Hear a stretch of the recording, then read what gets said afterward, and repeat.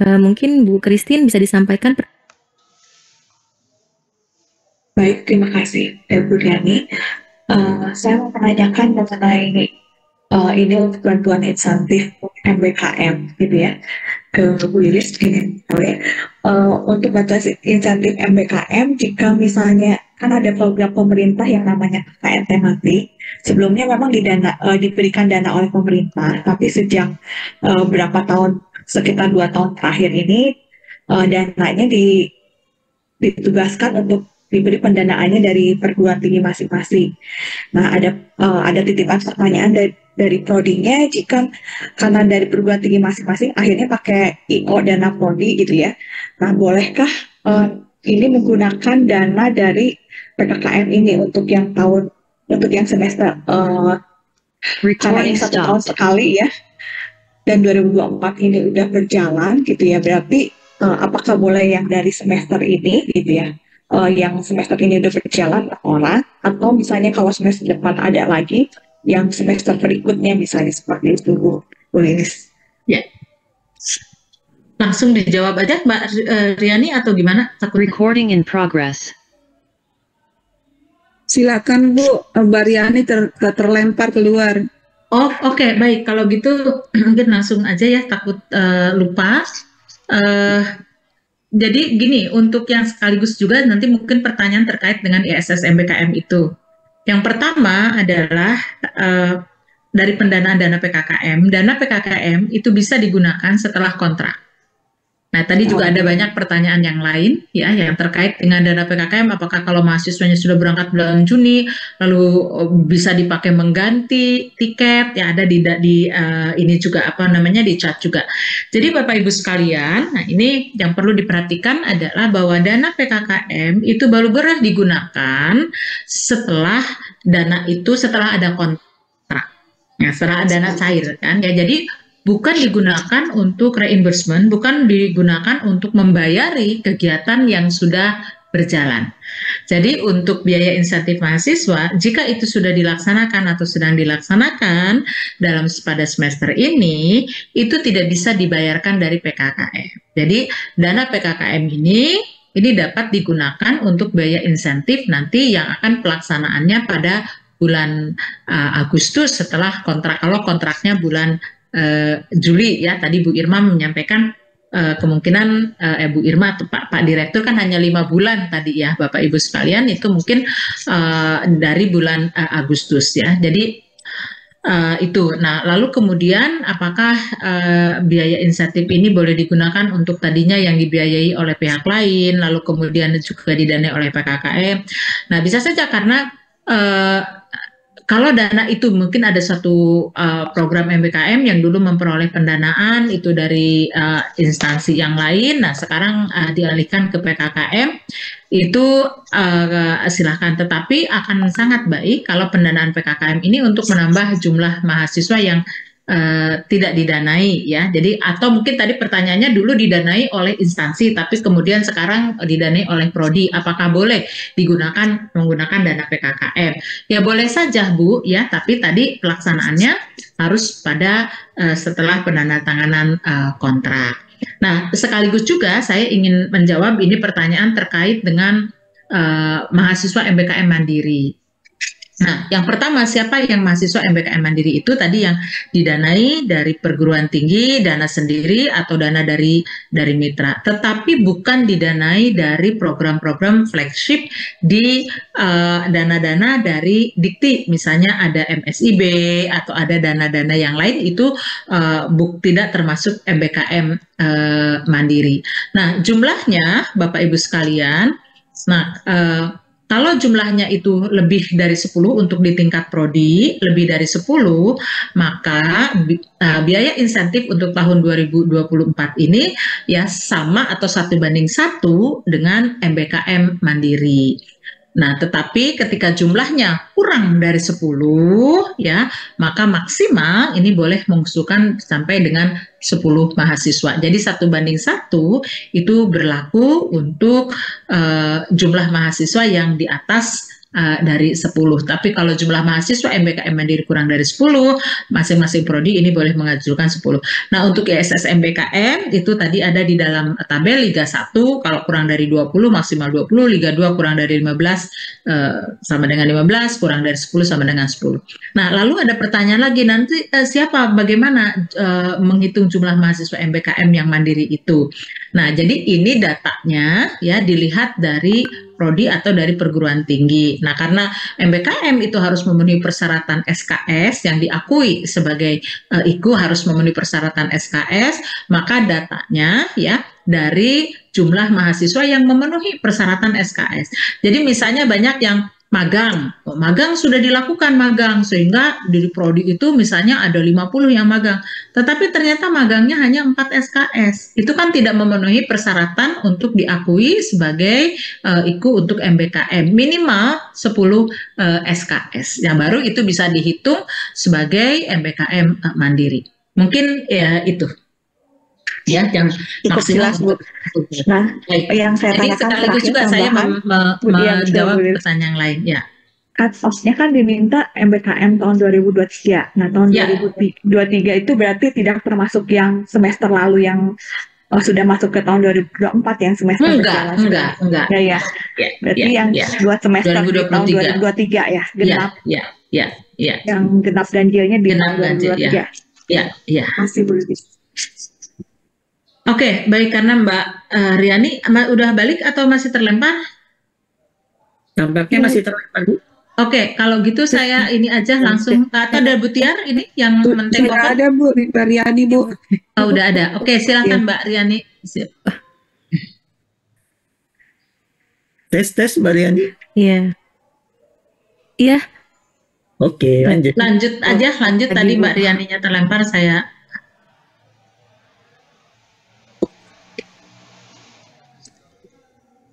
Oke, penanya yang lain ini Mbak Rianinya tidak berbunyi. Selanjutnya. Silahkan. Pertanyaan Boleh, kedua Bu. mungkin dari Pak Hendrik dari Unika. Mohon Dari pertanyaan Pasar. yang sudah dijawab sama ya, tidak ditanyakan lagi Bapak Ibu sekalian. Terus Baik, terima kasih Ibu. silakan, Pak, pertanyaan. Terima kasih untuk kesempatannya. Saya Pak Hendrik dari Unika Santo Paulus Ruteng di NTT. Ini Bu, tadi diberitahu bahwa untuk tahun yang kedua ini waktu yang diberikan itu diperpendek, lebih kurang 5 bulan, dan dana baru bisa digunakan setelah penandatanganan kontrak. Karena itu satu pertanyaan saya Bu, bisa tidak kita atau kami mengajukan untuk pertukaran pelajar? Karena untuk ke prodi kami, pertukaran pelajar itu satu hal yang salah satu praktek baik yang kami miliki untuk tahun yang lalu. Bisa tidak kalau kami juga menganjurkan untuk pertukaran pelajar? Terima kasih.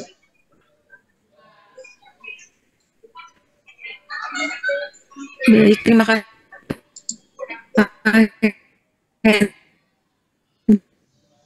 Untuk pertanyaannya mungkin satu pertanyaan lagi dari Pak Dewa.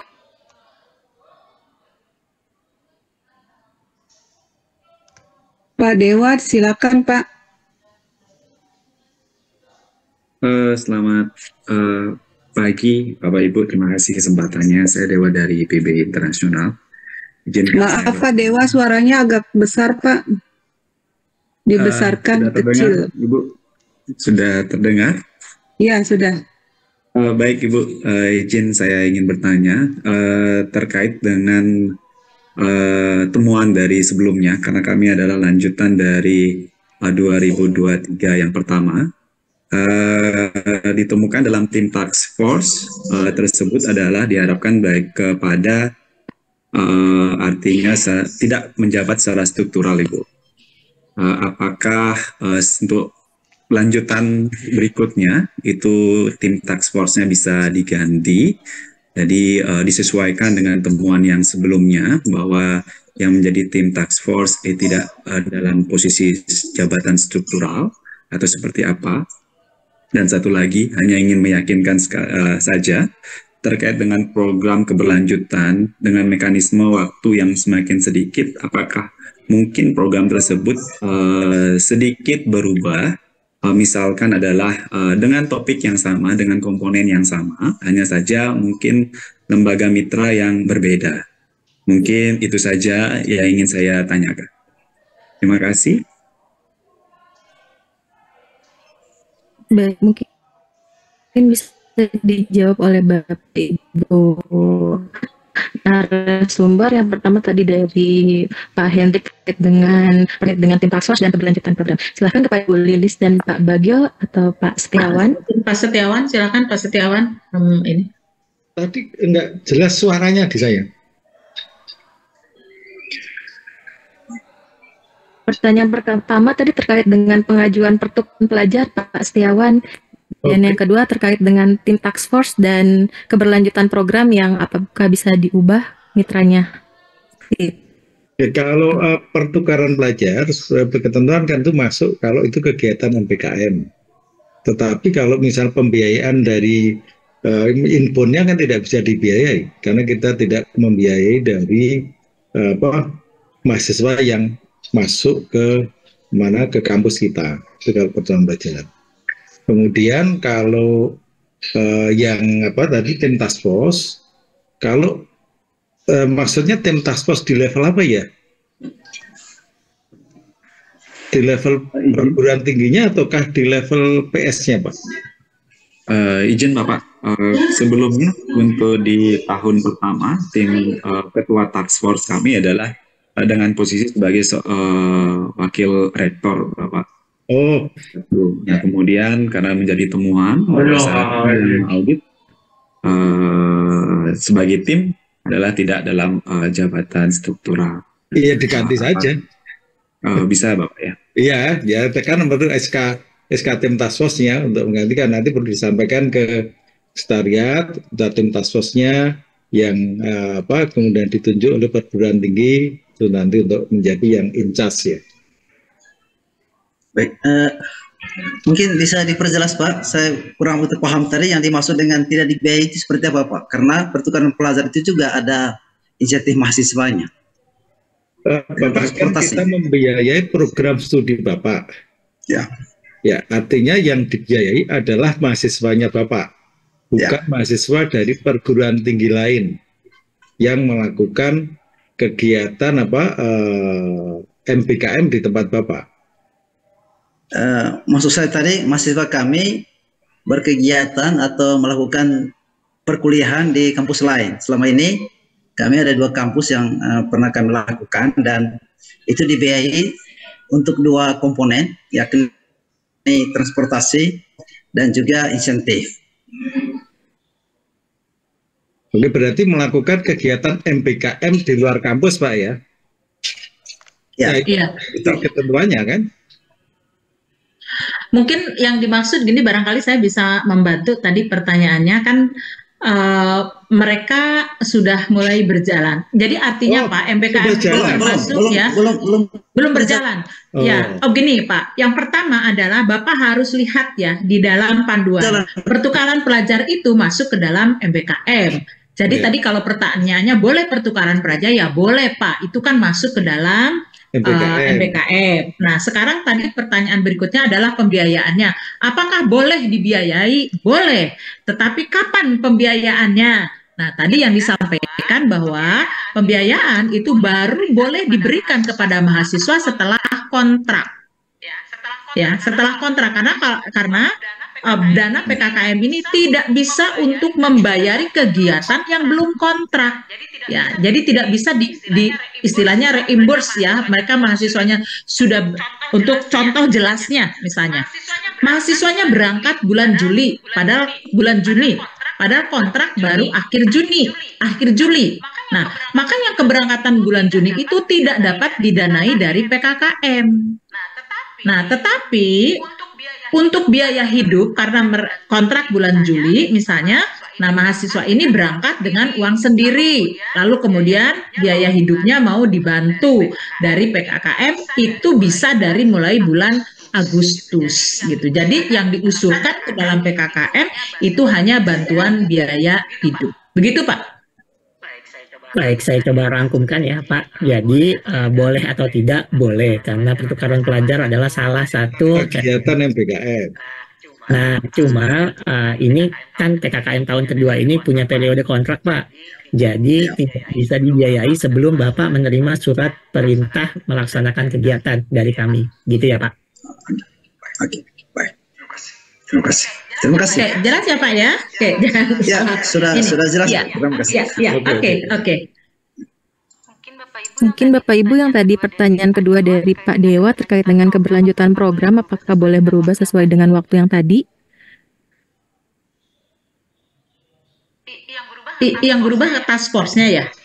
Task force. Ya, task force yang pertama, yang kedua itu program dan mitranya mengikuti dengan waktu yang tadi diberikan. Kan awalnya jangka waktunya hanya yang tadi disampaikan itu mengikuti yang itu, Bu.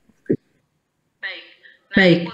Nah, untuk task force ya, nah ini mungkin barangkali dilihat dari sisi sebentar. Lagi Ya. sosialisasi. Ya, jadi untuk task force kan sesuai dengan kebutuhan ya. Saya kira mungkin masih dimungkinkan bisa pergantian task force. Nah, tetapi dengan kegiatan atau mitra juga sesuai dengan kebutuhan sebetulnya. Nah, jadi mungkin untuk sama-sama kegiatan MBKM dalam bentuk magang tahun kemarin dengan mitra A, tapi kemudian tahun ini karena mitra A mungkin ada kebijakan tidak menerima magang, ya bisa saja berubah menjadi dengan mitra B. Nah, tetapi ini juga yang ingin saya tekankan kepada teman-teman sekalian, bahwa proposal tahun 2024 ini tahun kedua. Artinya bukan merancang kegiatan yang sama sekali baru.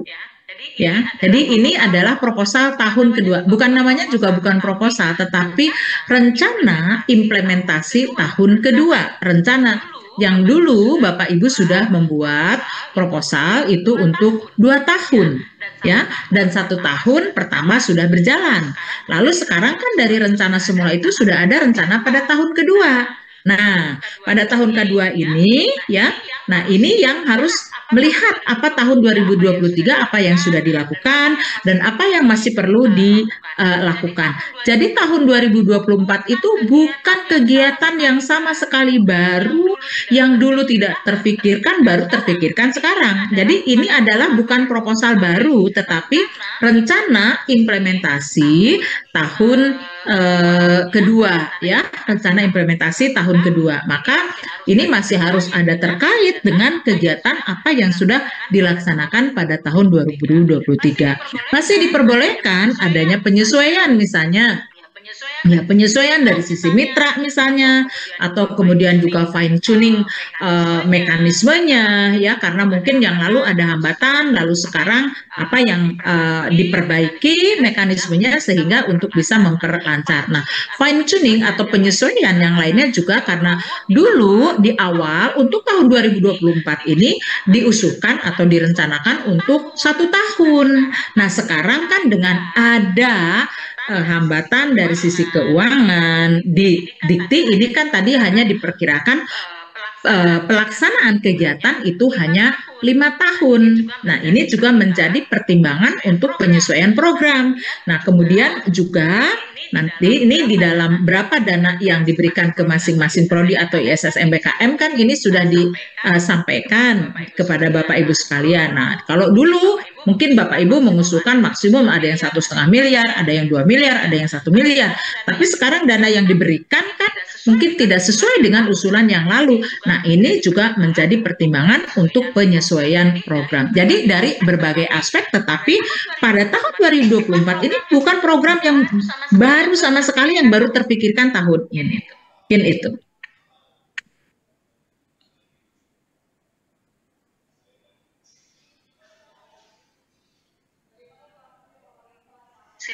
Silakan Mbak Riri. Saya mana Mbak Ririnya hilang lagi? Hilang. Sepertinya Mbak Ririnya hilang lagi. Jadi ini borongan saja. Mungkin penanya berikutnya tadi sudah terjawab semua ya. 2 penanya berikutnya ini saya tidak melihat siapa yang resen duluan. Tapi Ya, saya akan acak aja nih, karena Mbak Ririnya nggak ada, nih nggak ada yang membantu melihat ini. Ibu Irma dari Ibu Irma di sini, dan ada ini saya mau dari ISS MBKM. Nah, mungkin pertanyaannya agak berbeda. Ibu Irma dan dari ISS MBKM Unsulbar, silakan. Oh iya, saya duluan ya Bu. Mangga, silakan. Nanti Ibu Irma, tadi saya minta Bu Irma duluan, tapi Bu Irmanya belum siap. Silakan dari Unsulbar dulu. Baik Bu, terima kasih banyak. Assalamualaikum warahmatullahi wabarakatuh. Selamat siang. Mohon maaf ini. Jadi begini Bu, itu Unsulbar kan kemarin di tahun pertama begitu ya, di tahun pertama. Ya begini maksud saya, dana yang kami masukkan di tahun 2024 kan itu sudah ada waktu itu. Dengan kegiatan-kegiatannya kan gitu ya, di kerangka acuan kegiatan ISS MBKM 2003, terus ada juga diminta tahun 2024. Nah, apakah yang kami usulkan itu, apakah itu sudah dananya yang akan kami masukkan di dalam implementasi perancangan itu? Atau bisakah misalnya diapakan begitu misalnya Bu? Mohon penjelasannya terkait dengan itu. Baik, pertanyaannya kedua dari Bu Irma. Iya, banyak Bu Irma ini, Universitas Negeri Malang. Iya, pertanyaan saya cukup teknis sebenarnya Bu. Yang pertama, apakah kontrak itu memang bisa dipastikan bahwa bulan Agustus kami akan bisa berjalan? Karena ketika saya dan anak-anak mahasiswa mengkontak perusahaan selalu ditanya akan dilakukan kapan untuk PKL-nya, PKL magangnya, karena mereka akan menjadwalkan. Kalau misalnya kita sudah mendaftar untuk Agustus, kemudian dana belum turun, itu agak susah untuk menggesernya. Nah, karena mereka ada slot. Kemudian yang kedua, di bantuan MBKM untuk bantuan biaya hidup itu ada kota asal. Batasan kota asal yang akan menentukan tunjangan bantuan biaya hidup yang kita berikan. Itu kota asal maksudnya KTP atau asal universitas. Kemudian yang ketiga, untuk program sertifikasi, karena kami mengajukan sertifikasi, itu yang boleh dosen saja atau dosen boleh, laboran boleh. Kemudian kalau dosen itu harus home base itu dosen home base atau boleh dosen DTPS. Itu saja Bu pertanyaan saya. Terima kasih. Oke, baik. Mungkin pertanyaan pertama silakan Pak Setiawan bisa membantu menjawab. Untuk yang mana tadi Bu ya? Yang ISS MBKM apa kegiatannya bagaimana? Tadi sebetulnya sudah saya sampaikan juga, silakan Pak. Tadi makanya saya mau bilang, barusan dijelasin Bu Lilis Bapak. Basisnya Bapak itu terlalu ngeh tadi. Ya. Jadi ya makanya kan, ya silakan Pak. Jadi basisnya Bapak kan sudah punya perencanaan pada tahun sebelumnya, sehingga kemudian ini adalah penyesuaian terkait dengan waktu dan sebagainya, bukan sesuatu hal yang baru ya, kegiatan-kegiatan programnya. Artinya bukan muncul baru, sehingga itu basis yang dipakai. Kemudian mungkin di website atau informasi yang Bapak terima kan sudah disampaikan tentang pagu pendanaan yang disetujui, tanda petik disampaikan di situ, maka Bapak sesuaikan di sana supaya nanti Bapak jangan sampai pelaksanaannya sudah kan tadi rencana kontraknya itu diharapkan Juli sudah bisa, ya Bapak jangan masukkan kegiatannya Juni sehingga perlu disesuaikan berapa, tapi bukan kegiatan-kegiatan atau program-program yang baru. Ya itu Pak, ya, mudah-mudahan sudah cukup jelas. Ya. Terima kasih Pak. Ya, kemudian untuk yang UM Universitas Malang, yang dimaksud kota asal Ibu itu adalah dari universitas. Jadi kalau Ibu dari Malang, ya itu yang dimaksud kota Malang. Sehingga itu kalau nanti di luar kota Malang itu berarti yang di luar kota ya. Nah, itu yang termasuk itu. Kemudian untuk tadi pelatihan tadi sudah disampaikan Pak Bak dalam paparannya, bahwa itu boleh dosen juga boleh laboran untuk penguatan dalam proses pembelajaran dan pencapaian kompetensi. Oke, nah kemudian yang kedua dosen yang yang dimaksud sebenarnya kan dosen home base nih. Karena kadang gini, DTPS-nya cuman apakah itu kemudian berkait dengan core kompetensi yang memang dikembangkan di program studi bersangkutan. Karena kalau tidak, nanti akhirnya semua DTPS yang tidak jelas akan menyasar kemana-mana nih. Karena objektifnya kita adalah dalam hal ini PKKM-nya. Ini kan lingkupnya prodi ya Bu ya. Itu sih. Kalau di UM kebetulan karena kami menyelenggarakan prodi pendidikan dan prodi kimia Pak, itu jadi dosennya dibagi-bagi, tetapi tetap nanti yang kami sertifikasikan sesuai dengan kompetensi terkait prodi Pak. Tetapi beberapa orang itu ada di luar home base, karena kalau home base kan memang dibagi-bagi Pak biasanya kalau di yang menyelenggarakan 2 prodi begitu, pendidikan dan murni. Apakah masih bisa Pak? Disesuaikan dengan kompetensi utama yang akan diberikan di prodinya Bu. Dilihat. Benar.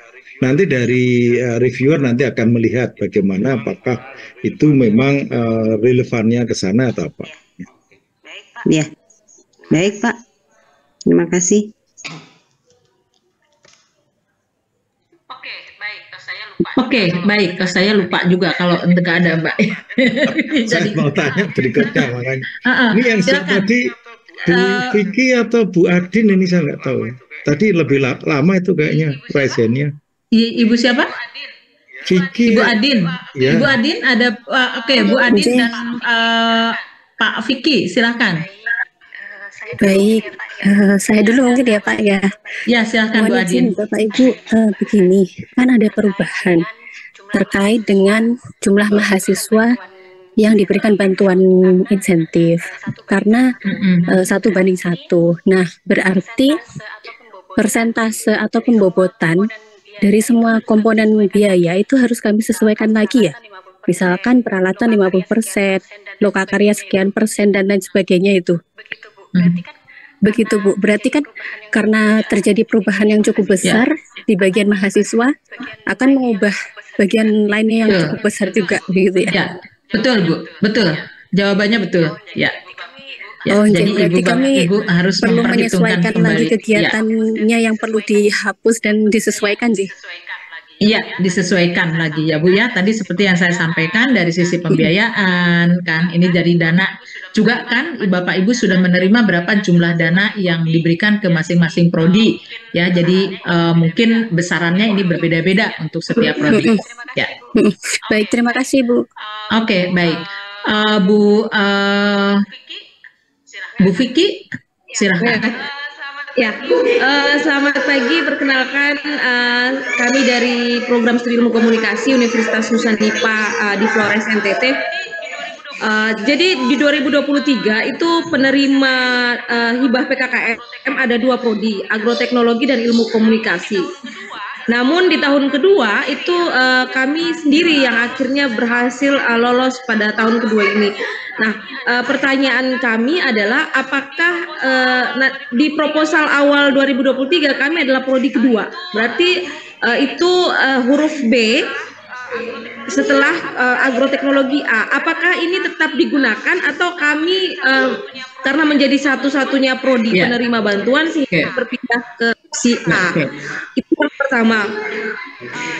Ya, yang kedua, ini kami sedikit kewalahan pada tahun 2023 khususnya pada bantuan insentif program magang. Itu seluruh anggaran kan berdasarkan peraturan Menteri Keuangan. Ini terkait dengan transportasi. Ya, jadi di transportasi itu kalau merujuk kepada peraturan Menteri Keuangan itu tidak ada titik awal pada untuk penerbangan itu selalu dimulai di ibu kota provinsi yaitu Kupang. Sedangkan dari daerah di Maumere itu harus dengan transportasi penerbangan lagi yang ternyata tidak di-cover pembiayaannya. Ini mohon pencerahannya agar nanti dapat kami susun anggaran dengan baik sehingga tidak terjadi minus seperti tahun-tahun sebelumnya. Itu 2 pertanyaan kami. Ya, baik.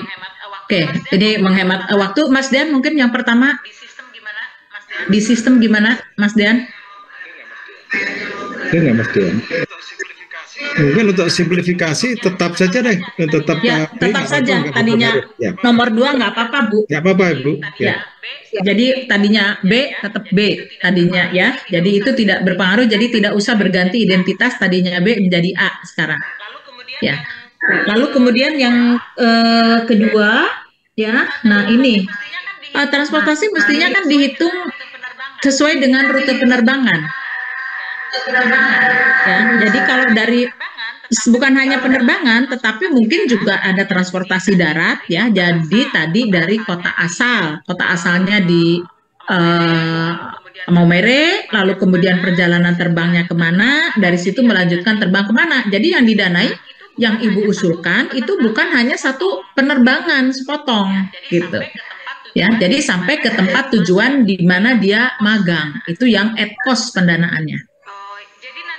Oh, jadi nanti ketika kami membuat akumulasi rinciannya itu harus dirinci. Itu sebabnya tidak diakumulasikan.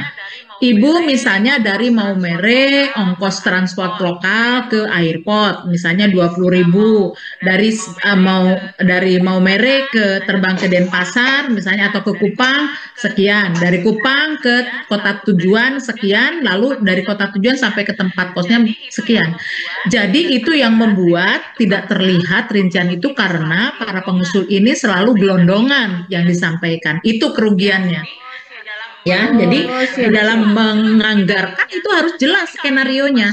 Tapi kalau yang dimasukkan itu gelondongan, itu yang menyebabkan kemudian hanya dilihat dari penerbangan karena nggak tahu, reviewer itu nggak tahu ini asal mahasiswa itu dari mana, dihitungnya dari mana ke mana, ya itu yang menyebabkan kemudian ada sepotong perjalanan yang tidak didanai. Padahal semua perjalanan itu cost. Jadi kesalahan ini ada kesalahan dari pengusul yang tidak merinci kebutuhan perjalanannya. Jadi supaya tidak merugi tidak nombokin ya, Ibu harus membuat kebutuhannya itu secara rinci. Jadi jelas dari mana ke mananya ya Bu. Seperti itu Bu Vicky. Ya. Oke. Baik. Terima kasih Bu Vicky atas pertanyaannya dan Bu Lilis atas jawabannya. Mohon maaf Bapak Ibu karena terkendala sinyal di kantor nih Bu. Mungkin satu pertanyaan lagi ya Bapak Ibu narasumber untuk sesi ini dari Universitas Global Jakarta. Dipersilahkan Pak pertanyaannya. Oke, sudah ada. Tes. Dengar ya suara saya. Oke, Assalamualaikum warahmatullahi wabarakatuh. Selamat pagi, selamat siang Prof Lilis. Siang. Saya Hendro dari Universitas Global Jakarta. Jadi di sini saya ada 2 pertanyaan, Prof. Untuk pada tahun 2023 itu kami waktu itu mengajukan pengajuan alat laboratorium, Prof. Dan kami ada di Prodi Teknik Elektro, yang mana rata-rata alat-alat ukur yang kami ajukan itu adalah alat ukur import ya, Prof. Ya. Jadi kami membutuhkan waktu untuk pengajuan pembelian barang importnya.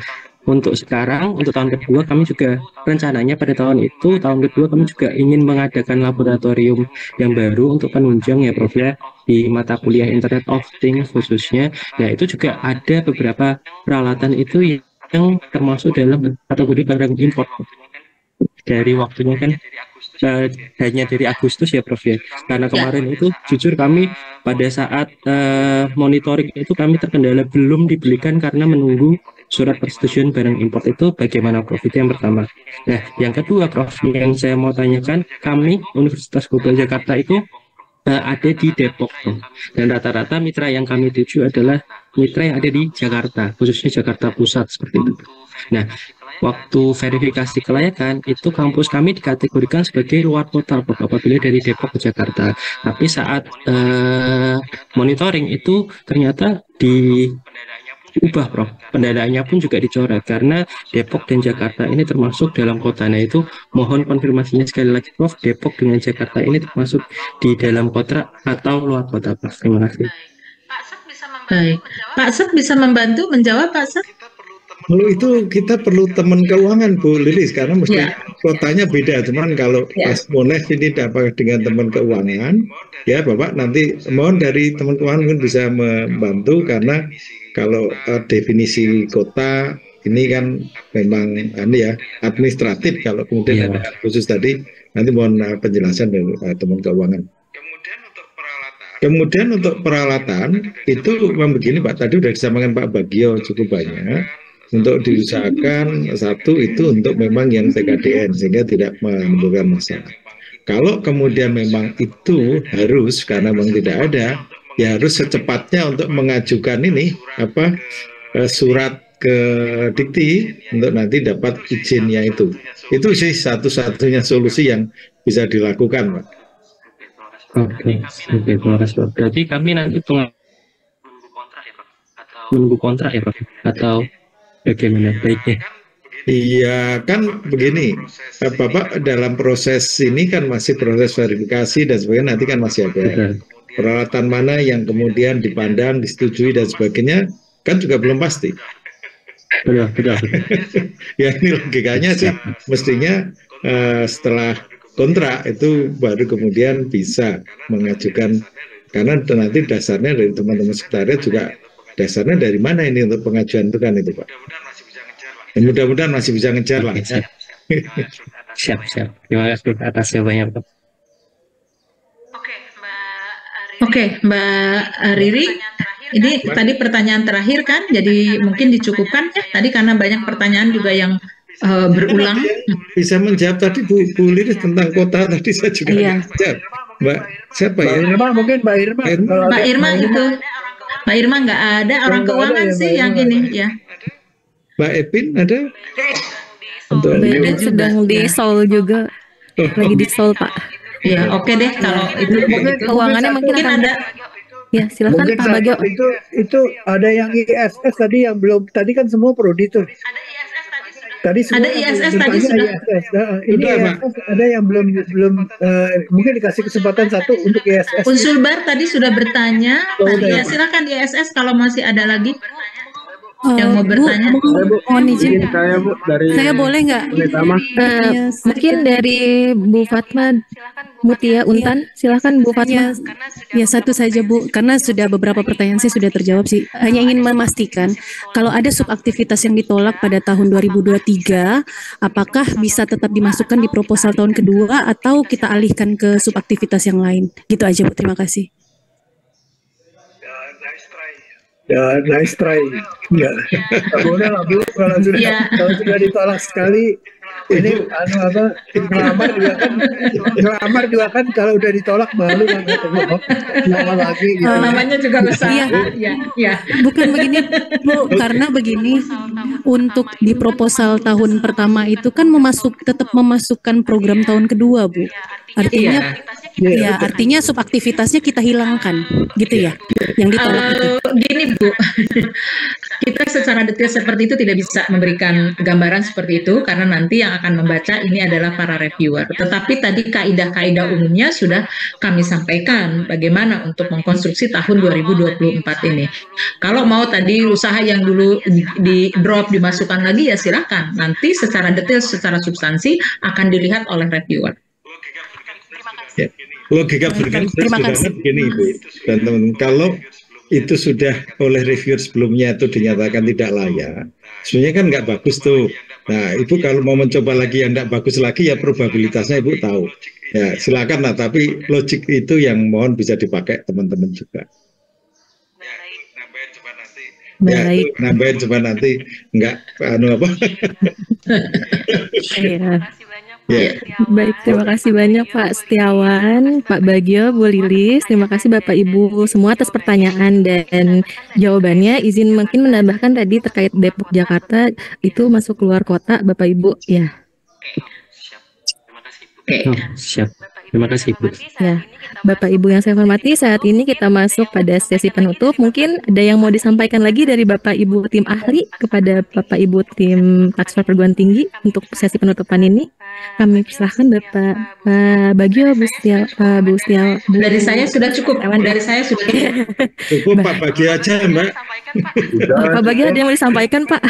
Nah, ya paling-paling cuman baca lagi lampiran 5 itu panduan itu udah berkali-kali bilangin, ternyata masih banyak yang belum membaca panduan secara seksama. Itu aja.